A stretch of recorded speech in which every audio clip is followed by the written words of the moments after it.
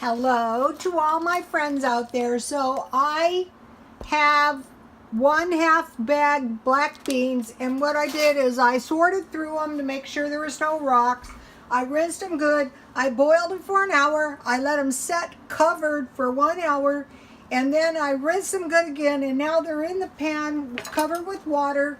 And I just have about a half onion and 2 pieces of bacon to season up my black beans.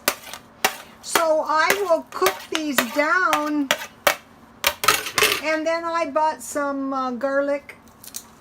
I can get it open.